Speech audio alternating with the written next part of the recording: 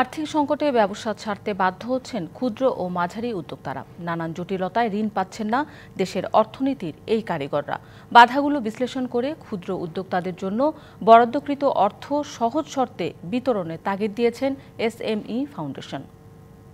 Entrepreneur জন্য খুবই challenging বিষয়টা, কারণ আমি আগে জব করতাম, জব ছেড়ে আমি বিজনেসে এসেছি। তো যখন আমি জব শেষ করে এসেছি, আমি কিন্তু ফ্যামিলি থেকেও অনেক বাধা পেয়েছি। এভাবেই নিজের সফলতার গল্প বলছিলেন এই উদ্যোক্তা।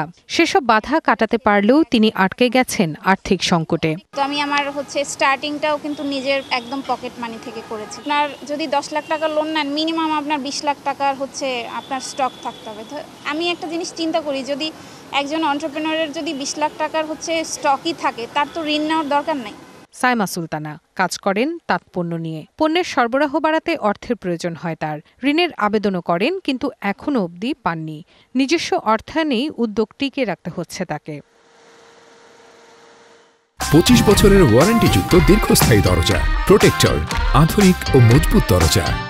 তার মতোই আবেদন করে এখনও প্রণোদনা প্যাকেজ থেকে ঋণ পাননি অনেক উদ্যোক্তা। তাদের অভিযোগ, বড় ব্যবসায়ীদের মাপকাঠিতে ক্ষুদ্র উদ্যোক্তাদের মাপতে চায় ব্যাংকগুলো। আমরা ঋণ আনতে চাই, আমাদের এত একটা বড় লিস্ট ধরাই দেয়। জামিনদারে একজন সরকারি গ্যারান্টেড লাগবে, যেটা অনেকের ক্ষেত্রে নাই, বা আপনার বাড়ির দলিল বা জমির দলিল, এমন কিছু ডকুমেন্টস। হাজার হাজার কোটি কোটি টাকা স্টেটমেন্ট দেওয়া সম্ভব না। সেই ক্ষেত্রে আমাদের পক্ষে একটু ঋণটা যদি আরও সহজ করে দেয়, যে ঠিক আছে জামানত কাগজ, এই ব্যাংক স্টেটমেন্ট এবং জামিনদার, 2-3জন জামিনদার, আসলে কেউ কারোর কিন্তু এই শহরে জামিনদার কেউ দিতে চায় না। বাধাগুলো বিশ্লেষণ করে ক্ষুদ্র উদ্যোক্তাদের জন্য বরাদ্দকৃত অর্থ সহজ শর্তে প্রদানের তাগিদ এসএমই ফাউন্ডেশনের।